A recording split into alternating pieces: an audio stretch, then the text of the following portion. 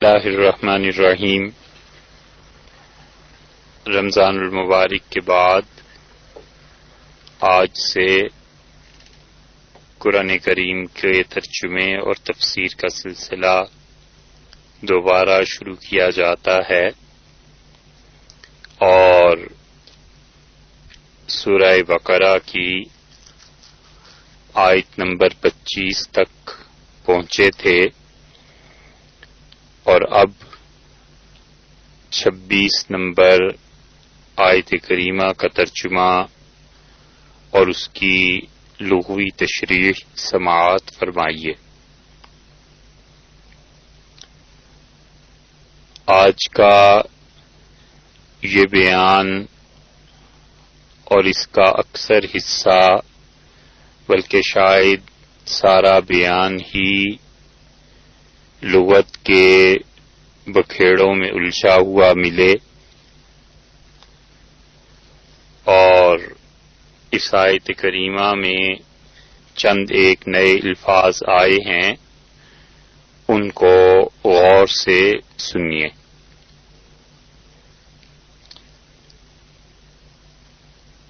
پہلے چند پاروں میں یہ لغت بار بار آتی رہے گی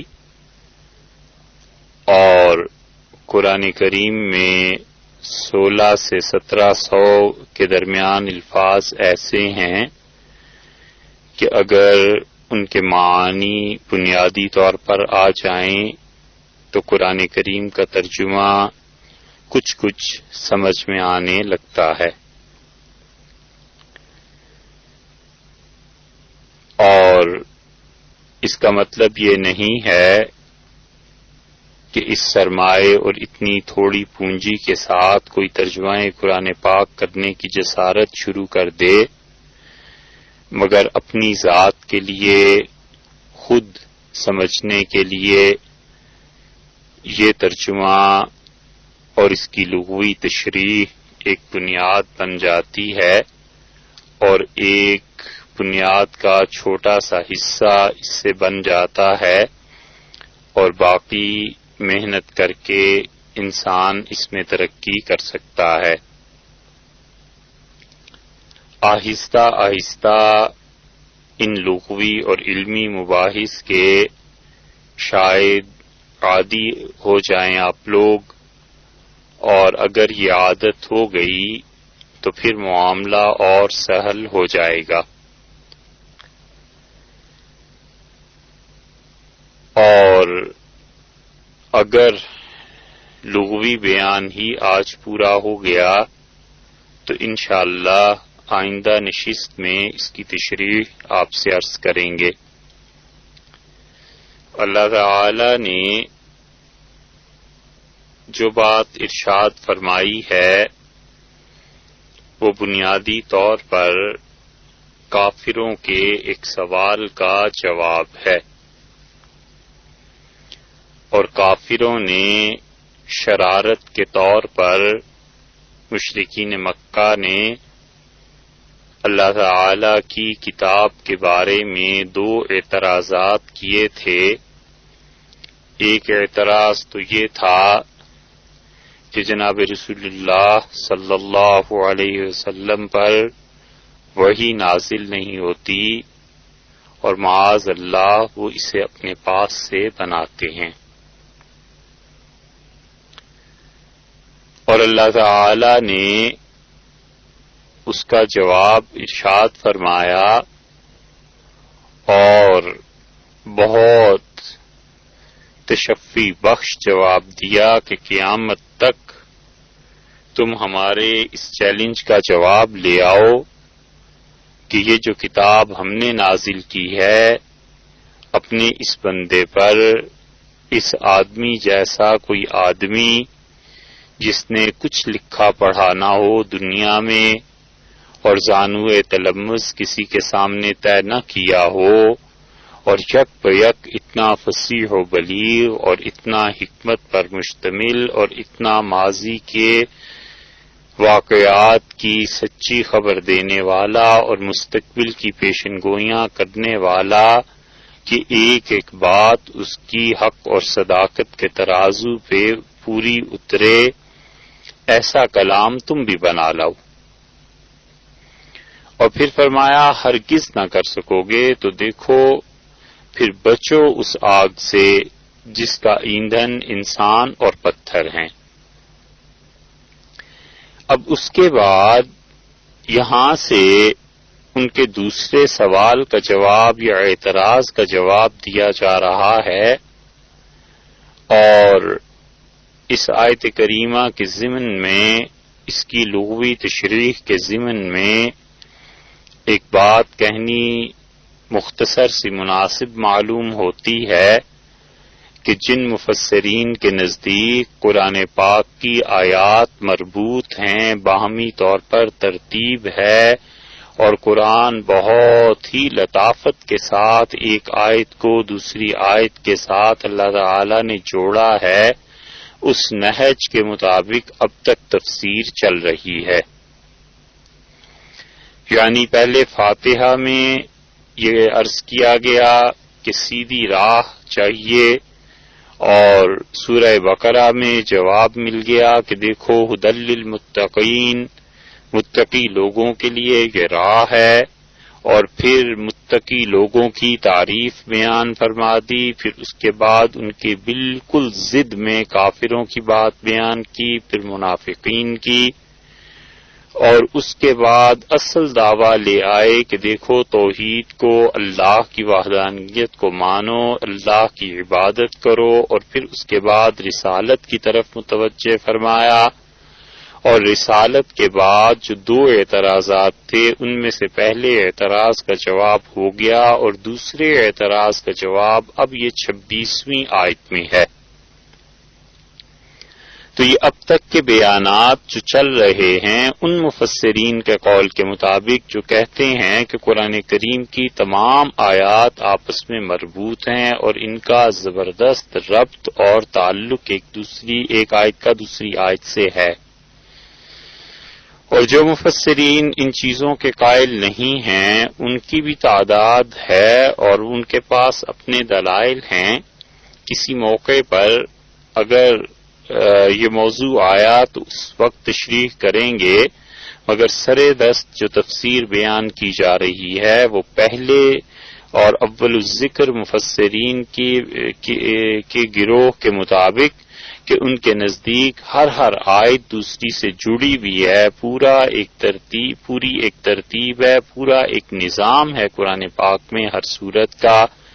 تو اس نظام کے مطابق بقول ان مفسرین رحمہم اللہ کے اب یہ دوسرا اعتراض ہوا۔ انہوں نے کہا کہ دیکھیے بڑے لوگوں کی باتیں بھی بڑی ہوتی ہیں، حق تعالی شانہ کی ذات مقدسہ اتنی اعلیٰ اور ارفع، اور اللہ کی ذات اقدس اتنی بلند و بالا شان والی، اور وہ ذکر کرے اس قرآن میں مکھیوں کا، مچھروں کا، ان چیزوں کا۔ تو مکھیوں کا تذکرہ انہوں نے اس پر اعتراض کیا، اور اللہ تعالی نے اس کے جواب میں یہ آیت کریمہ نازل فرمائی۔ اللہ تعالی نے جو ارشاد فرمایا ہے پہلے اس کا ترجمہ اور لغوی تشریح دیکھیے، پھر اس کی تفصیل عرض کریں گے۔ ارشاد فرمایا کہ ان اللہ بلا شک و شبہ اللہ، یعنی اللہ تعالی لا یستحیی، شرماتا نہیں ہے۔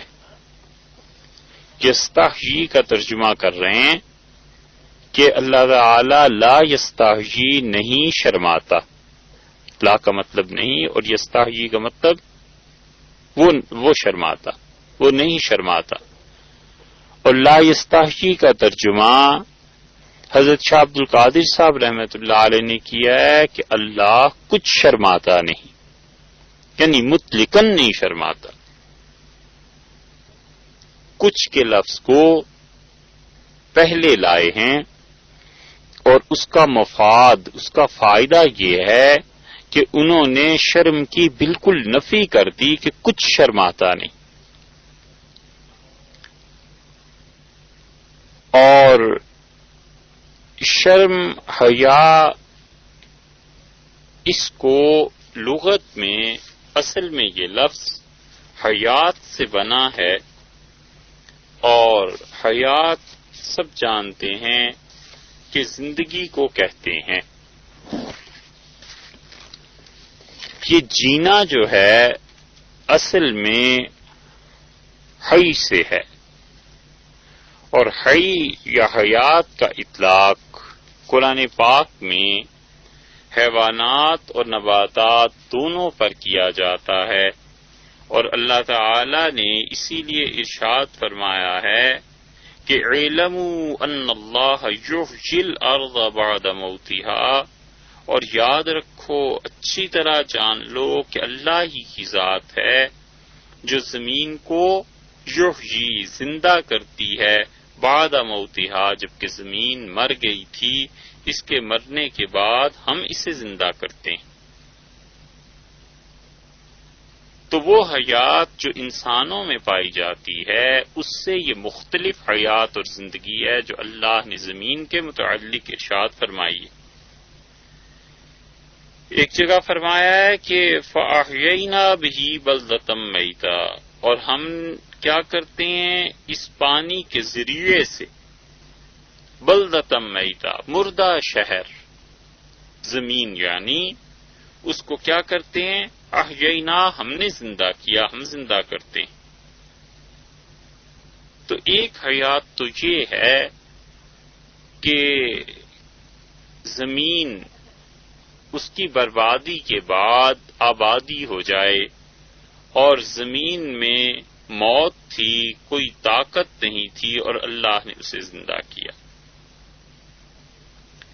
حیات خود قرآن پاک میں کبھی کبھی احساس کے معنی میں آتا ہے، یعنی وہ جسم جو احساس رکھتا ہو، حس رکھتا ہو، دیکھنے کی، سننے کی، کوئی بھی حس رکھتا ہو، اور اسی وجہ سے اللہ تعالی نے فرمایا کہ وما یستوی الاحیاء والاموات، اور لوگوں زندہ، الاحیاء زندہ، والاموات اور فرمایا وللاموات، اور وہ مردے، یہ دونوں برابر نہیں ہو سکتے۔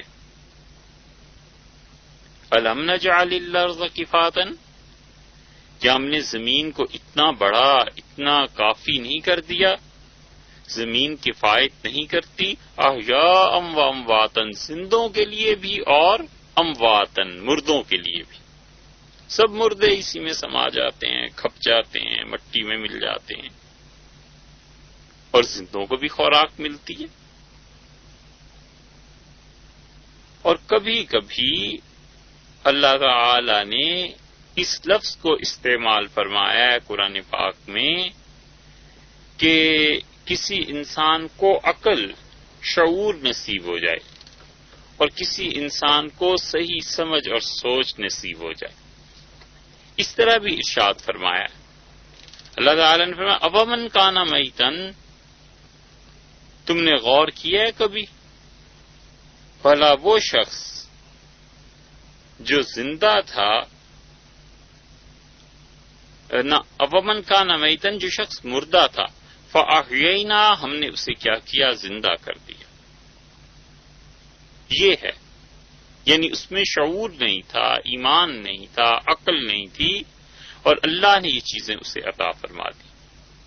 عربوں کے شاعر جو زمانہ جاہلیت کے بھی تھے، وہ زندگی کو، حیات کو عقل کے معنی میں، شعور کے معنی میں استعمال کرتے تھے۔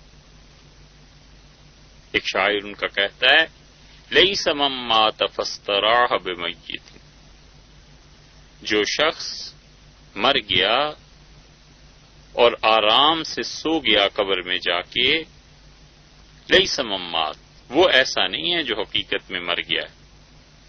انما المیت، جو حقیقت میں مردہ دیکھنا ہونا تو ان کو دیکھو، میت الاحیاء، جو زندے ہیں لیکن مردوں کی طرح ہیں، جن لوگوں میں حس نہیں ہے، شعور نہیں ہے، وہ ہیں زندہ لیکن مردوں کی طرح ہیں۔ تو یہاں بھی موت جو ہے وہ اس کے مقابلے میں حیات حس اور شعور کے معنی میں استعمال ہو رہی ہے. اور اللہ تعالی نے بھی فرمایا ہے ایسے ہی کہ وَلَا تَحْسَبَنَّ الَّذِينَ قُتِلُوا فِي سَبِيلِ اللَّهِ، اور جو اللہ کی راہ میں لوگ مارے گئے، امواتن، انہیں مردہ نہ سمجھو، بل احیاء، بلکہ وہ کیا ہیں؟ زندہ ہیں، عند ربہم، اپنے پروردگار کے پاس زندہ ہیں. اس کا مطلب یہ ہے کہ اللہ تعالی کے ہاں ان کو لذتیں ملتی ہیں، خدا کے ہاں راحتیں ملتی. اور حیات سے مراد اللہ تعالی نے اخروی زندگی بھی لی ہے. نبی کریم صلی اللہ علیہ وسلم کے متعلق بھی اور اللہ تعالی نے اپنے متعلق بھی فرمایا ہے کہ استجیبوا للہ وللرسول، لوگو لبکو حکم مانو، جلدی کرو حکم ماننے میں اللہ کے اور اس کے رسول صلی اللہ علیہ وسلم کا، اذا دعاکم، جب وہ تمہیں بلائیں. اللہ تعالی خود براہ راست آواز دے کے تو نہیں بلاتا، رسول اللہ صلی اللہ علیہ وسلم ہی بلاتے تھے نا، آواز دیتے تھے، وحی نازل ہوتی تھی. اور حضرت صلی اللہ علیہ وسلم اپنی حیات طیبہ میں تو بلاتے تھے ہی، ایک معنی میں تو اب بھی بلا رہے ہیں کہ ان کی وحی، ان پر جو وحی کی گئی وہ اور ان کی باتیں، ان کی تعلیمات اب بھی زندہ ہیں. تو اب بھی رسول اللہ صلی اللہ علیہ وسلم بلا رہے ہیں، اذا دعاکم، جب وہ تمہیں پکاریں بلائیں. کیوں؟ لما یحییکم، جو تم کو ہمیشہ کی زندگی دیتا ہے. تو ان کی تعلیمات پر عمل کرنے سے ہمیشہ کی زندگی قیامت والی ملتی ہے. اور اسی طرح یہ ساری حیات وہ ہے جو زائل ہو جانے والی ہے، شعور ایک دن زائل ہو جانے والا ہے، زندگی موت کی صورت میں تبدیل ہو جانے والی ہے، سب کچھ ختم ہو سکتا ہے، مگر ایک حیات اللہ کی زندگی ایسی ہے کہ اس پر کوئی فنا نہیں، وہ ہمیشہ سے ہے اور ہمیشہ رہے گا. اور اللہ تعالی نے اپنے لیے بھی حی کا لفظ استعمال فرمایا. اسی سے حیات کے لفظ سے اب دیکھیے کہ عرب دعا دیتے تھے ایک دوسرے کو، اور دعا جب دیتے تھے وہ کیا کہتے تھے؟ تحیہ جسے کہتے ہیں کہ حیاک اللہ، اللہ تعالیٰ تجھے زندہ رکھے. حیاک اللہ کا اصل ترجمہ یہ ہے کہ اللہ نے تجھے زندہ رکھا، لیکن یہ خبر جو دے رہا ہے کہ اللہ نے تجھے زندہ رکھا، آپ کو اللہ نے زندگی دی، یہ اصل میں خبریہ جملہ دعا کے طور پر استعمال ہوا ہے. اور یہ تحیہ کا لفظ بھی اسی سے بنا ہے. قرآن پاک میں آیا ہے نا، وَإِذَا حُيِّيتُم بِتَحِيَّةٍ، اور جب تمہیں کوئی دعا دے. اس کا ایک ترجمہ یہ بھی کیا گیا ہے جب تمہیں کوئی سلام کرے، فَحَيُّوا بِأَحْسَنَ مِنْهَا، تو لوگوں سلام کا جواب اس سے بہتر طریقے پر دو. یعنی اس نے کہا السلام علیکم تو تم اس سے بہتر دو، جواب میں یہ کہو کہ وعلیکم السلام ورحمۃ اللہ، اور ردوہا، یا پھر اس کے برابر دے دو.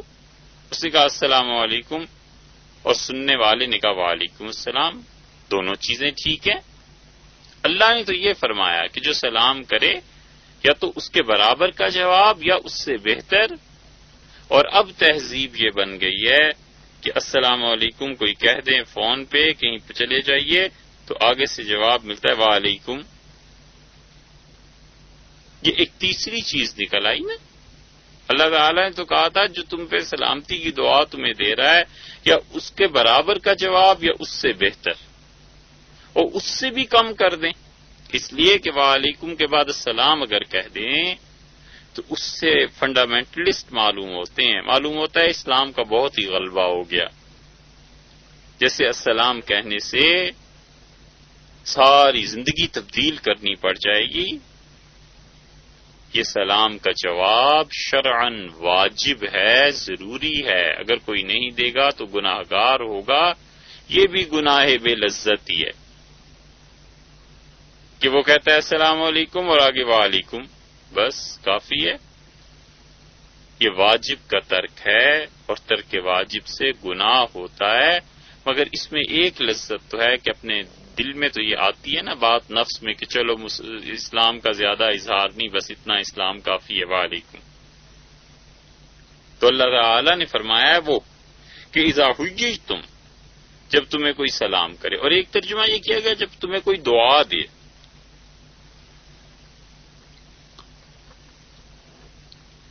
اور اسی معنی میں اللہ تعالی نے فرمایا فَإِذَا دَخَلْتُمْ بُيُوتًا، جب گھروں میں جایا کرو اپنے گھر میں، فَسَلِّمُوا عَلَىٰ أَنفُسِكُمْ، تو اپنے گھر والوں کو سلام کیا کرو، تحیۃ من عند اللہ، یہ اللہ کی طرف سے تمہیں تحفہ ملا ہے.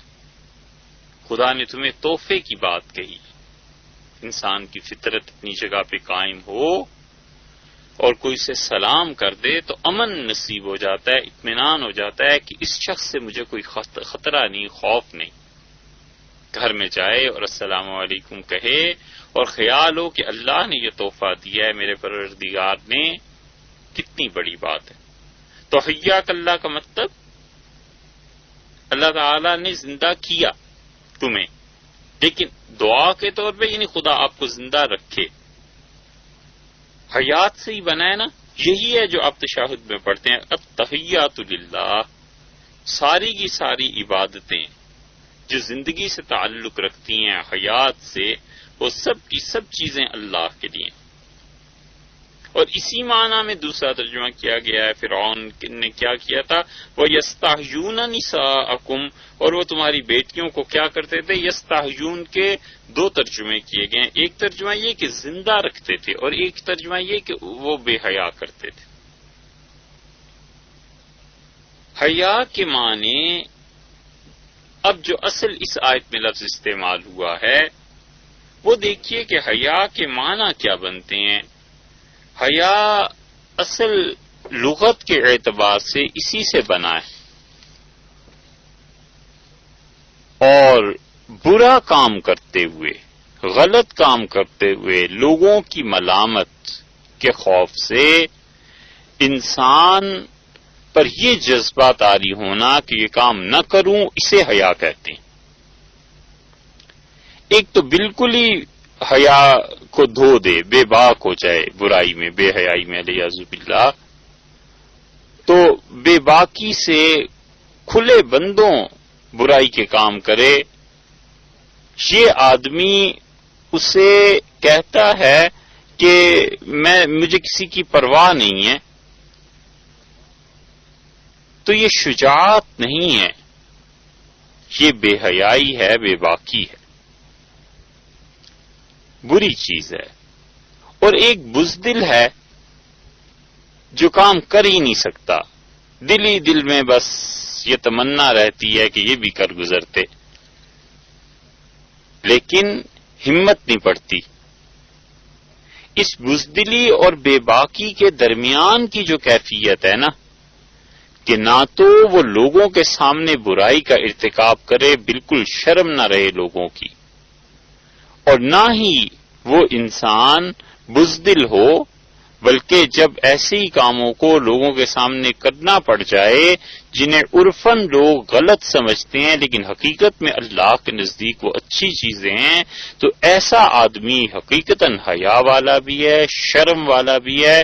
لوگوں کی اس نے پرواہ نہیں کی لیکن اللہ کی. یہ تو مرادی معنی ہو گئے. لیکن حیا کے جو اصل معنی بتلائے گئے وہ یہ کہ انسان کوئی کام لوگوں کے خوف سے چھوڑ دے کہ لوگوں کی مذمت ہوگی، مذمت میں لوگ کریں گے. تو حیا کی وجہ سے اسے غور سے سمجھنا چاہیے کہ حیا کی وجہ سے کام چھوڑ دیا جاتا ہے نا، ترک کر دیا جاتا ہے. تو جہاں پر حیا پائی جائے گی وہاں چھوڑنا بھی پایا جائے گا، کیونکہ حیا کی وجہ سے چھوڑ رہا ہے، ترک کر رہا ہے. تو ان اللہ لا یستحیی، اللہ تعالی نہیں شرماتا، حیا نہیں کرتا. اس کے معنی کیا ہوئے؟ یعنی اللہ تعالی چھوڑتا نہیں ہے، ترک نہیں کرتا. یہ جو لفظ کہے گئے ہیں کہ اللہ تعالی حیا نہیں کرتا، یہ خالص صرف لغت کے اعتبار سے کہے گئے ہیں، وگرنہ علیہ باللہ یہ لفظ سخت ہیں، صرف سمجھانے کی وجہ سے عرض کیا جا رہا ہے کہ اللہ تعالی حیا نہیں کرتا، تو حیا کا تقاضا کیا تھا؟ ترک کر دینا، چھوڑ دینا، یہی تھا نا۔ ایک آدمی لوگوں کے سامنے چوری نہیں کرتا تو اصل میں پھر حیا شرم آتی ہے نا، شرم کی وجہ سے کیا ہوا؟ پھر اس نے اس فعل کو ترک کر دیا۔ تو اللہ تعالی حیا نہیں کرتا یعنی اللہ تعالی نہیں چھوڑ دیتا، اللہ تعالی ترک نہیں کرتا۔ کیا ترک نہیں کرتا؟ ان یضرب مثلا، کہ وہ کوئی بھی مثال بیان کرے، تو کوئی بھی مثال بیان کرنا خدا نہیں چھوڑتا۔ یستحیی کا ترجمہ متقدمین نے کیا اللہ تعالی شرماتا نہیں ہے، اور یہ حقیقت میں حیا کا ترجمہ شرم، یہ صحیح ترین ترجمہ ہے۔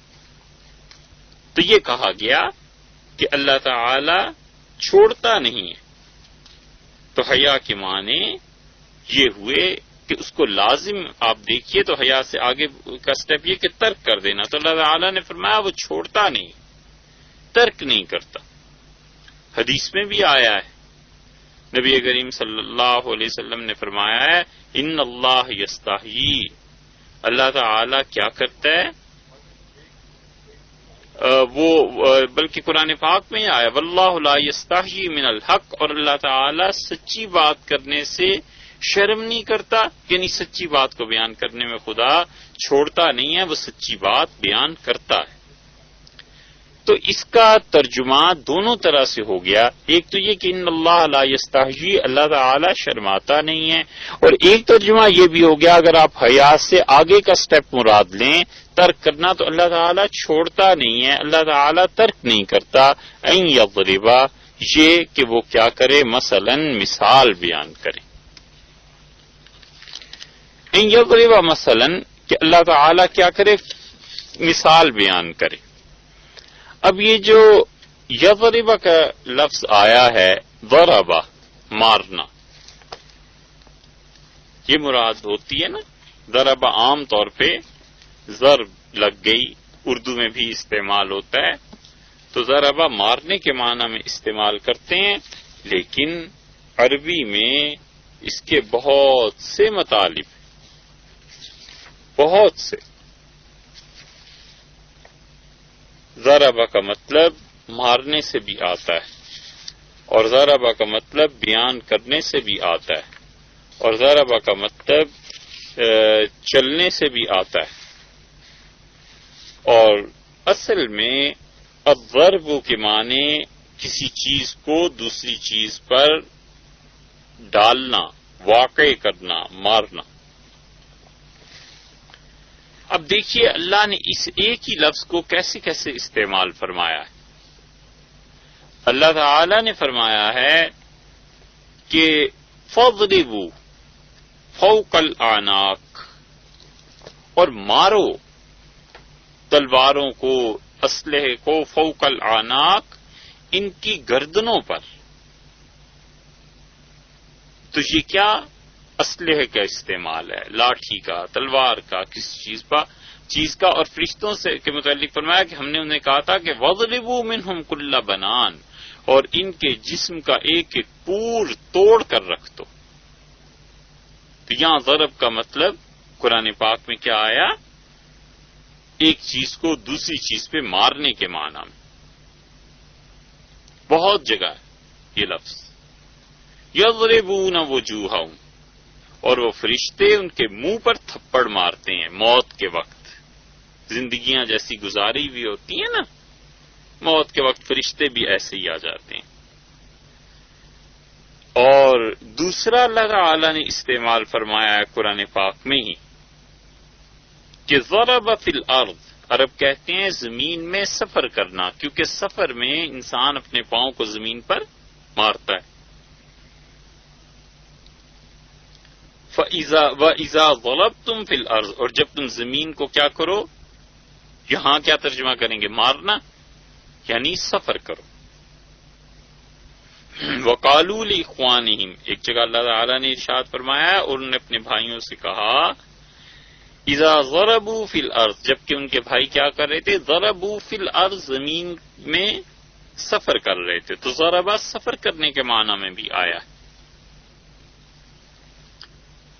اور اسی طرح تیسرے معنی قرآن پاک میں جو کئی جگہ پر بیان کیے گئے ہیں، اور اصل میں وہ ہے ضرب الخیمہ، یعنی خیمے کا لگانا. اب دیکھیے، اب گردن اڑانا جو پہلے معنی تھے اور خیمے کا لگانا کتنا فرق پڑ گیا. تو اگر ضرب کے یا ضربہ کے تمام معانی پر کسی آدمی کی نظر نہ ہو لغت میں، تو ترجمہ کیا سے کیا کر جائے گا؟ اللہ تعالی نے ضرب الخیمہ کا جو محاورہ ہے اس کے مطابق کئی چیزیں ارشاد فرمائی ہیں. ضرب الخیمہ کیا؟ خیمہ لگانا. اچھا، اسی کیوں کہتے ہیں؟ اس لیے کہ خیمہ جب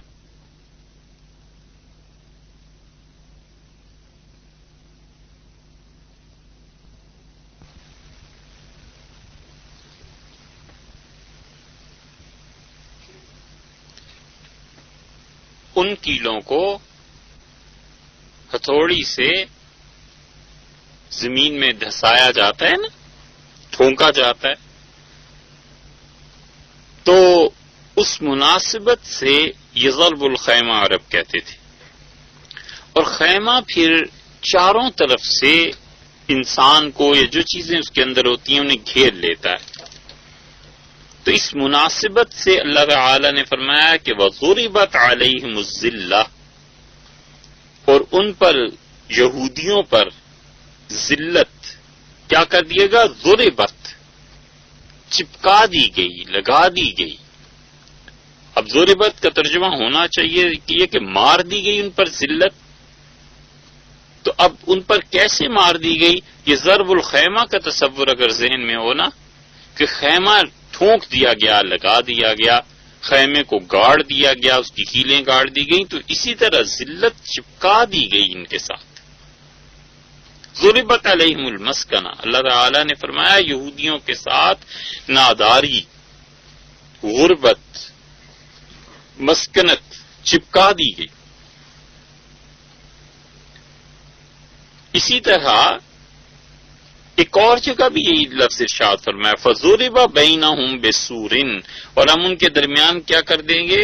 ان کے درمیان کر دی جائے گی، کھڑی کر دی جائے گی. ضُرِبَ، ان کے درمیان بسورن، دیوار حائل کر دی جائے گی. ضُرِبَ کھڑی کر دی جائے گی، حائل کر دی جائے گی. یہ بھی اسی محاورے سے اصل میں بنا ہے.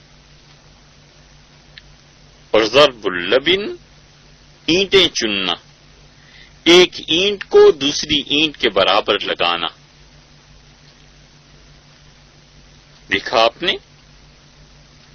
ضرب المثل، ضرب الدراہم، ضرب الدراہم، درہم، ایک درہم کو دوسرے درہم کے برابر بنانا. جیسے نوٹ، ایک نوٹ دوسرے کے بالکل ٹھیک برابر بنایا جاتا ہے، بالکل ایسے ہی یہ ضرب کا لفظ اسی محاورے کے مطابق یہاں ضرب اللہ مثلا، اللہ تعالی مثال کو کیا کرتے ہیں؟ بیان فرماتے ہیں. ضرب لکم مثلا من انفسکم، اور اللہ تعالی نے تمہاری اپنی جانوں ہی کی ایک مثال بیان فرمائی ہے.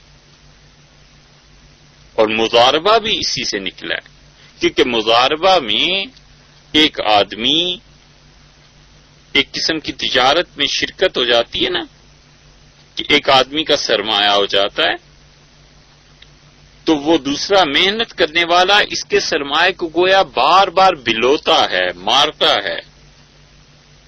تضریب، تضریب کا مطلب اکسانا، کسی کام پہ آمادہ کرنا. تضریب کو تضریب اسی لیے کہتے ہیں کہ اس میں کسی کو سفر پہ مجبور کرنا، کیونکہ چلنا پڑتا ہے اس میں. تو ضرب اللہ مثلا، اللہ تعالی نے مثال بیان کی ایک جگہ آیا ہے. یہاں پر ہے کہ ان یضرب مثلا، اللہ تعالی کو کوئی جھجک نہیں ہے، کچھ شرماتا نہیں. اللہ تعالی نہیں ترک کرتا کہ وہ بیان کرے مثلا ایک مثال، ما بعوضۃ، جو کہ کیا ہو؟ مچھر کی ہو. مچھر کا لفظ جو ہے بعوض، یہ عربوں کے ہاں باز سے بنا ہے. باز کا لفظ اردو میں بھی استعمال کرتے ہیں کہ بعض لوگوں کا یہ خیال ہے، کل کے مقابلے میں بولتے ہیں نا،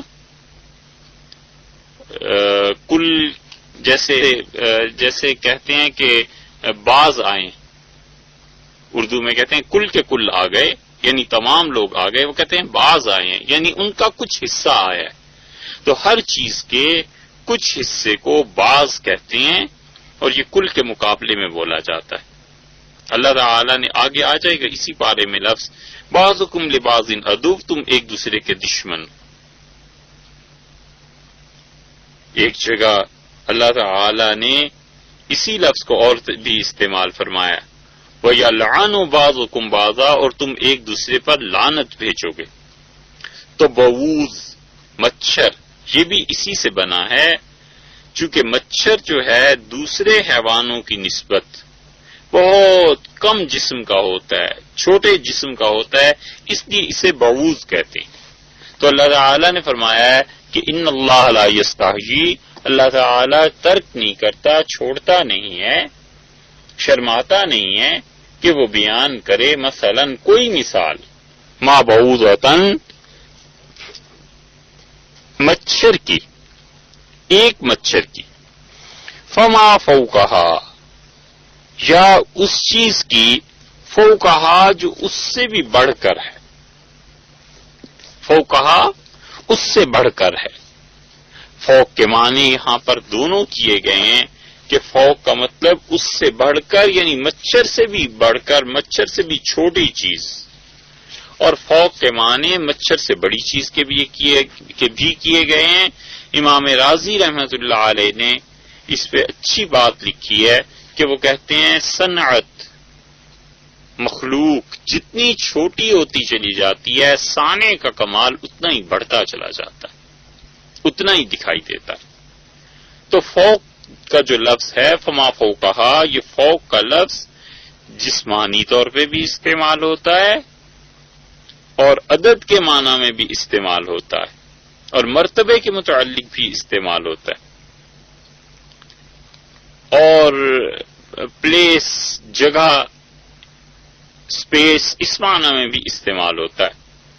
اللہ تعالی نے فرمایا من فوقہم ظلل من النار، اور جہنم میں ان کے پاس ہوں گے ظلل، بادل، سائبان، آگ برس رہی ہوگی، کہاں سے؟ من فوقہم، ان کے اوپر سے. تو دیکھا آپ نے، اوپر کے معنی میں فوق آ گیا نا، جگہ کے معنی میں کہ کسی جگہ میں کوئی نیچے کوئی اوپر. اور اس کی ضد بالکل، اس کے بالکل برعکس تحت ہے. اللہ تعالی نے فرمایا قل هو القادر علی ان یبعث علیکم، انہیں بتائیے کہ ان کا پروردگار اللہ اس پہ قدرت رکھتے ہیں کہ علی ان یبعث علیکم عذابا من فوقکم، کہ وہ عذاب تمہارے فوق، اوپر سے بھیجے، او من تحت ارجلکم، یا تمہارے پاؤں کے نیچے کی زمین سے خدا عذاب دے دے. تو فوق اور تحت ایک دوسرے کے مقابلے میں آ گئے. اسی طرح فوق اور اس کے مقابلے میں اللہ تعالی نے اسفل کا استعمال بھی فرمایا ہے، یعنی بلندی کے بعد نشیب، بلندی کے بعد پستی. اذ جاؤکم من فوقکم ومن اسفل منکم، اور جب یہ کافروں کے لشکر آ گئے تھے، من فوقکم تمہارے اوپر سے، ومن اسفل منکم اور تمہارے نیچے کی زمین سے، یعنی جس پہاڑ پر تم تھے اس پہاڑ کے بھی اوپر سے جو اور ایک پہاڑ تھا اس سے آ گئے، اور تمہارے نیچے سے یعنی دامن جو پہاڑ کا تھا اس سے بھی یہ فوجیں آ رہی تھی. اور کبھی کبھی ایک فگر، عدد، اس پر اضافے کے معنی میں بھی اللہ تعالی نے استعمال فرمایا. قرآن پاک میں ہے ایک جگہ فَإِن كُنَّ نِسَاءً فَوْقَ اثْنَتَيْنِ، اور اگر اس کی اولاد میں صرف 2 بیٹیاں ہوں، فوق اثنتین، 2 یا فوق اثنتین، 2 سے فوق، 2 سے زیادہ. اور جسمانیت کے اعتبار سے تو یہ ہے ہی آیت کہ مثلا ما بعوضۃ فما فوقہا، کہ اللہ تعالی اس بات کو ترک نہیں کرتے، نہیں چھوڑ دیتے کہ وہ بیان کریں ایک مچھر کی مثال فما فوقہا، یا مچھر سے بھی کم درجے کی چیز یا مچھر سے زیادہ درجے کی چیز. افاقہ کا لفظ بھی اسی سے نکلا ہے. اردو میں بولتے ہیں کہ فلاں کو افاقہ ہے،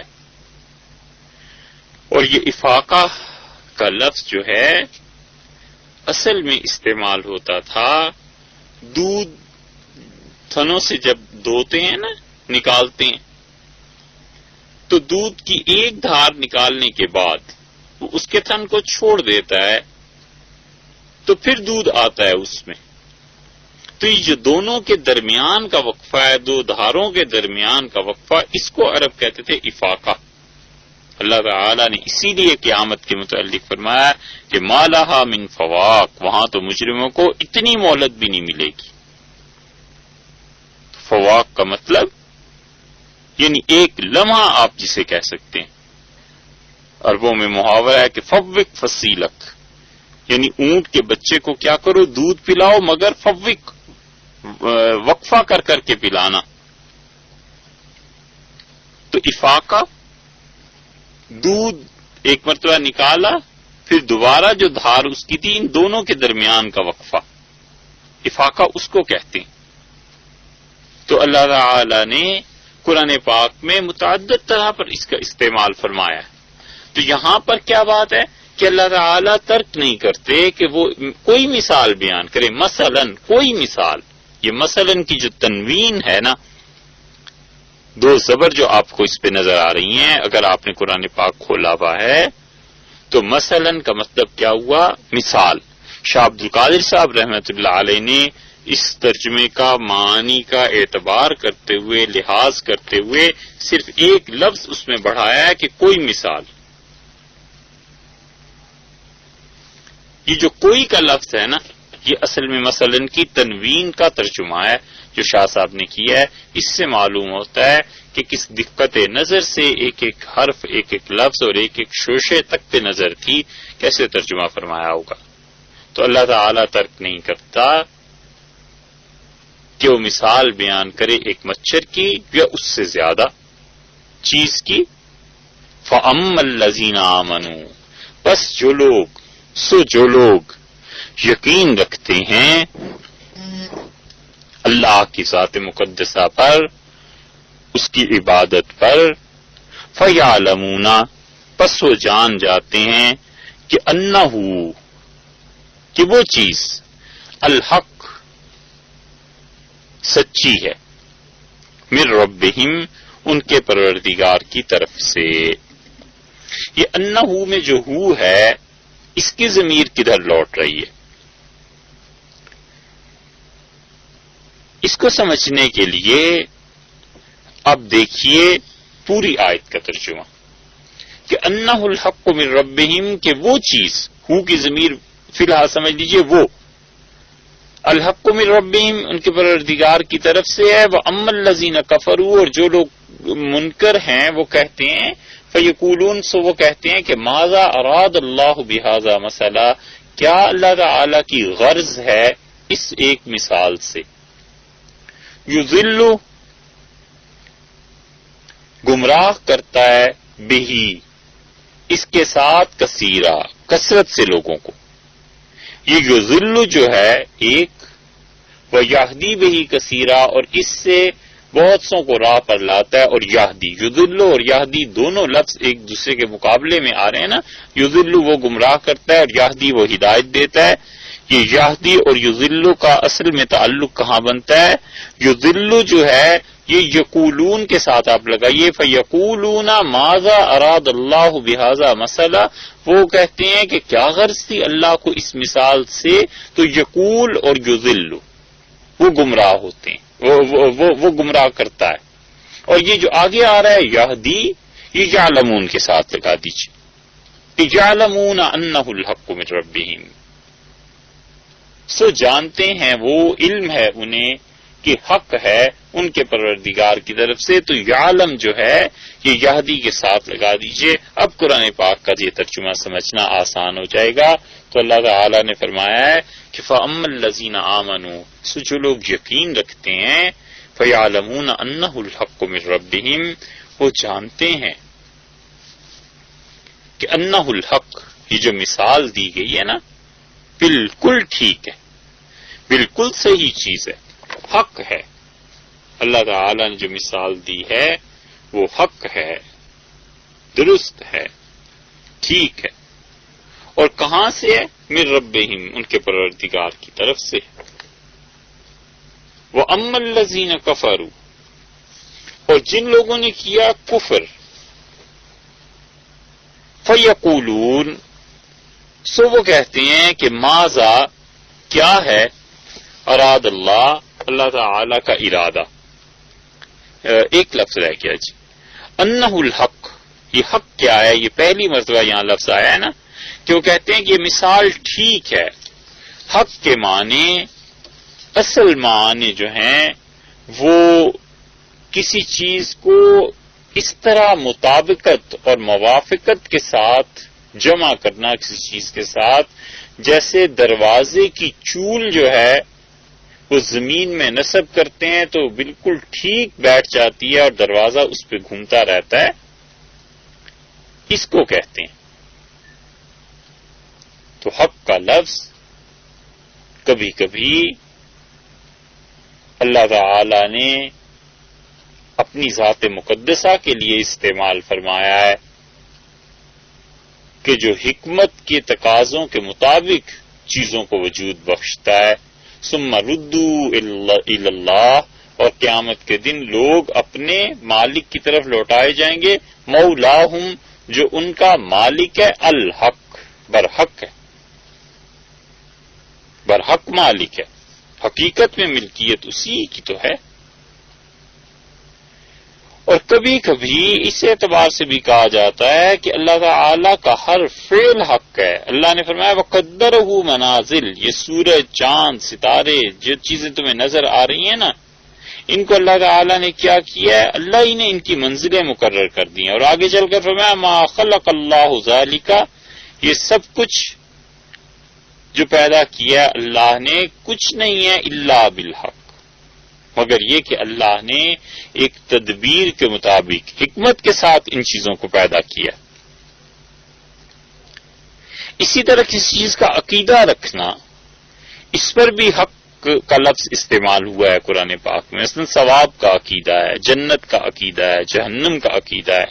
اللہ تعالی نے فرمایا ہے فَهَدَى اللَّهُ الَّذِينَ آمَنُوا لِمَا اخْتَلَفُوا فِيهِ، تو جس چیز کے بارے میں لوگوں کا اختلاف تھا اللہ نے کیا کیا؟ انہیں ہدایت دی ہے، من الحق، اللہ نے ان کو سچی راہ دکھائی باذن ہی، اپنے اذن سے، اپنی حکم سے، خدا تعالی نے اپنی مہربانی سے، یہ بھی ترجمہ کیا گیا۔ اور اسی طرح حق کے معنی میں یعنی ایسی چیز جو حقیقت میں بھی صحیح ہو،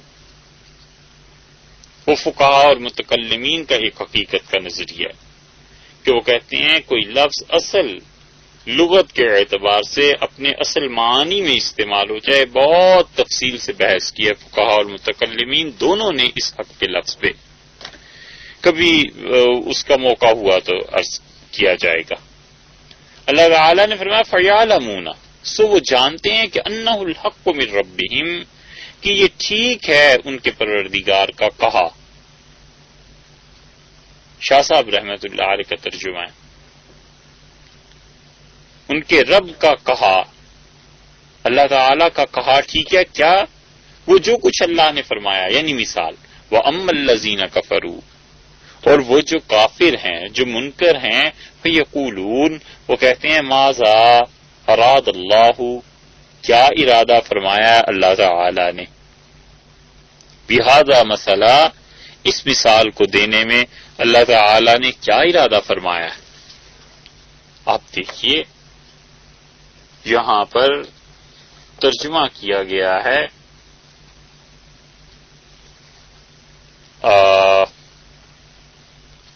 ارادہ کا کہ ارادہ کرنا، تو ارادہ کا ترجمہ عربی سے اردو میں بہت سے لوگوں نے اس پہ لکھا ہے۔ شاہ عبد القادر صاحب رحمۃ اللہ علیہ کا آپ ترجمہ ملاحظہ فرمائیے کتنا عمدہ لفظ لائے، ماذا اراد اللہ، کیا غرض تھی اللہ کی. ارادہ کا ترجمہ غرض سے کیا ہے، مطلب واضح ہوتا ہے نا. اور جو منکر ہیں کہتے ہیں، فیقولون کہتے ہیں، سو کہتے ہیں ماذا اراد اللہ، کیا غرض تھی اللہ کو، بہذا مسئلہ، اس مثال سے، جو ذل بہی کثیرن، گمراہ کرتا ہے. اللہ تعالی کا گمراہ کرنا یہ کیا ہے؟ پہلے بھی اس پہ بحث ہو چکی، کچھ تھوڑی سی اور بھی عرض کریں گے، مگر یہ ایسے ہی ہے جیسے آگ کا جلانا ہے. جو آگ میں ہاتھ ڈالے گا جلے گا، نہ ڈالے نہ جلے. یضل بہ کثیرن، گمراہ کرتا ہے بہت سوں کو، بتیروں کو اس سے. ویہدی بہ کثیرا، اور راہ پر لاتا ہے اس سے کثیرا، بہت سے لوگ اس سے راہ پر آتے ہیں.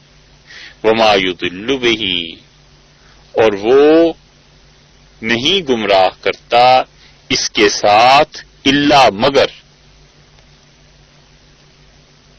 ما جو ہے نفی کے معنی میں کہ وہ اللہ گمراہ نہیں کرتا اس قرآن پاک کے ساتھ الا مگر الفاسقین، ان کو جو بے حکم ہیں. الفاسقین، فاسقین کے کئی ترجمے کیے گئے ہیں. فاسقین کا ترجمہ کیا گیا ہے بدکار، اور فاسقین کا ترجمہ کیا گیا ہے بے راہ. اور شاہ عبد القادر صاحب رحمۃ اللہ نے کیسا اچھا ترجمہ فرمایا ہے کہ وما یضل بہ الا الفاسقین، اور گمراہ کرتا ہے انہیں جو بے حکم ہے. بے حکم ہے یعنی کچھ اللہ کا حکم نہیں مانتے. اب اس حکم نہ ماننے میں سارے آگے، صغیرہ گناہ کریں، کبیرہ کریں، اور ایمان سے نکل جائیں، کفر کریں، سب آگے بے حکم ہے کہ اللہ کے حکم کو نہیں مانتے. آخری لفظ ہے اس آیت کریمہ میں فاسق کا. اور ابن العربی جو تھے وہ کہتے تھے کہ فاسق کا لفظ پہلی مرتبہ قرآن پاک نے استعمال کیا ہے انسانوں کے لیے، وگرنہ دور جاہلیت میں یہ لفظ انسانوں کے لیے استعمال نہیں کیا جاتا تھا. ان کا خیال یہ ہے کہ وہ کہتے ہیں کہ ردی کھجوروں کے لیے استعمال کیا جاتا تھا. فسقط الرطبۃ عن قشرها، کھجور کیا ہوئی؟ اپنے اصل خوشے سے، اپنے چھلکے سے جدا ہو گئی. وہ اس محاورے کے مطابق کہتے ہیں کہ کھجوروں کے لیے استعمال ہوتا تھا. عربوں کی لغت میں قرآن نے جو اضافے کیے ہیں وہ کہتے ہیں کہ یہ اس کی ایک مثال ہے. اور فسق الرطب اصل میں محاورہ ہے کھجور جب چھلکے سے باہر آ جائے. اور اسی طرح چوہیا جو ہوتی ہے نا، چوہا، اسے بھی فوائسقہ کہتے ہیں. فوائسقہ اس لیے کہتے ہیں کہ وہ بار بار اپنے بل میں جاتی ہے، آتی ہے، جاتی ہے، آتی ہے، تو اس لیے اس پر بھی استعمال ہوا. تو فاسق انسان بار بار شریعت کے حکم کو توڑتا ہے، شریعت کے دائرے سے باہر نکلتا ہے، آتا ہے، جاتا ہے، اس لیے اس پر کبھی کبھی کافر پر یہ لفظ استعمال ہو جاتا ہے فاسق کا. اللہ تعالی نے شیطان کے متعلق کہا ہے نا ففسق عن امر ربہ، تو وہ اپنے پروردگار کے حکم سے فسق باہر ہو گیا، چوہا جیسے باہر جاتا ہے اپنے بل سے. اللہ تعالیٰ نے ایک اور جگہ فرمایا ففسقوا فیہا، اللہ تعالیٰ نے فرمایا وَإِذَا أَرَدْنَا أَن نُهْلِكَ قَرْيَةً، اور جب ہمارا ارادہ، ہماری غرض یہ ہو کہ ہم کسی بستی کو تباہ کر دیں، تو اس بستی کے حکمران، بڑے بڑے سرمایہ دار، بڑے بڑے وجاہت اور عزت والے لوگ، انہیں ہم اپنے حکم پہنچا دیتے ہیں کہ نافذ کرو. ففسقوا فیہا، وہ اس میں نافرمانیاں کرتے ہیں، یعنی اپنے مطلب کے لیے اس حکم کے اندر آ گئے، پھر جب مطلب پورا ہوا باہر نکل گئے چوہوں کی طرح. ان کا اسلام ایسے ہی ہو جاتا ہے بس پھر کہ جو اسلام میں بات پسند آئی چپ کر کے بل میں گھس گئے، اور جو ذرا ناگوار گزری باہر چلے گئے. ففسقوا فیہا، اللہ نے فرمایا وہ اس میں نافرمانیاں کرتے ہیں. تو فسق کا لفظ فسق فلان. اور اسی طرح یہ لفظ کبھی کفر کے معنی میں بھی استعمال ہوا ہے قرآن پاک میں. اللہ تعالیٰ نے فرمایا افمن کان مؤمنا، بھلا جو شخص مومن ہے، کمن کان فاسقا، وہ اس شخص کی طرح ہو سکتا ہے جو کافر ہے. ایک جگہ فرمایا وَأَمَّا الَّذِينَ فَسَقُوا، اور جنہوں نے ہماری نافرمانیاں کی ہیں، فاسق ہوئے ہیں، فَمَأْوَاهُمُ النَّارُ، جہنم ان کا ٹھکانہ ہے. منافقین کے متعلق بھی اللہ نے فرمایا ان المنافقین هم الفاسقون، بلا شک و شبہ یہ دغاباز مرد اور ان کی تباہ میں عورتیں هم الفاسقون، یہ ہیں جو بے حکمے ہیں، یعنی حکم نہیں مانتے اللہ کا. اور فاسق کا لفظ کبھی کبھی کبیرہ گناہ کے معنی میں بھی استعمال ہوتا ہے، جیسے پاک دامن عورت پر تہمت لگانا، اسے ایسی گالی، ایسا جملہ کہنا جس سے اس کی عزت پہ فرق آ جائے. اللہ نے ان کے متعلق بھی کہا ہے وَأُولَئِكَ هُمُ الْفَاسِقُونَ، یہ لوگ فاسق ہیں جو ایسی باتیں کرتے ہیں. تو فاسق کا لفظ صغیرہ گناہ کے معنی میں بھی کہیں کہیں آ جاتا ہے، اور عام طور پہ کبیرہ گناہ اور پھر اس سے بھی بڑھ کے کفر اور اسلام اس کے مقابلے میں آ جاتا ہے. یعنی اسلام کے ایمان کے مقابلے میں فسق کا لفظ جب آئے گا تو وہاں بہت مرتبہ کفر مراد ہوتی ہے. تو اللہ تعالیٰ نے فرمایا وَمَا يُضِلُّ بِهِ إِلَّا الْفَاسِقِينَ، اور گمراہ کرتا ہے انہیں جو بے حکم ہیں، جو اللہ کا حکم نہیں مانتے. یہ تو تھی اس آیت کریمہ کی تشریح. اب فاسق کون ہوتے ہیں؟ تو دیکھیے پھر اللہ تعالیٰ نے اگلی آیت میں فرمایا کہ فاسق وہ جو اللہ کے عہد و پیمان کو مضبوط کرنے کے بعد پھر توڑتے ہیں، اور پھر اس کی 3 چیزیں اور آگے بیان کی ہیں. یہ تو اگلی نشست میں. اب آتے ہیں اس کی تشریح کی طرف. اللہ تعالیٰ نے فرمایا ان اللہ لا یستحیی ان یضرب مثلا، اور اللہ تعالیٰ نہیں چھوڑے گا تمہارے طعنے جو ہیں، تم جو کہتے ہو کہ خدا اتنی بڑی ذات مقدسہ اور مچھروں کی باتیں، تو اللہ تعالیٰ نے فرمایا اللہ تمہاری ان کہنے کی وجہ سے نا یہ بات نہیں چھوڑے گا، نہیں ترک کرے گا کہ وہ مثال بیان کرے ایک مچھر کی یا اس سے بھی کم درجے کی چیز کی. اللہ تعالیٰ نے تو مثال دینی ہے، بات کو واضح کرنا ہے. فَأَمَّا الَّذِينَ آمَنُوا فَيَعْلَمُونَ أَنَّهُ الْحَقُّ مِنْ رَبِّهِمْ، جو ایمان والے ہیں نا، جن کا یقین خدا پہ مضبوط ہے، وہ سب جانتے ہیں کہ یہ کلام اللہ ہی کی جانب سے ہے، یہ مثال ہمارے پروردگار نے ارشاد فرمائی ہے.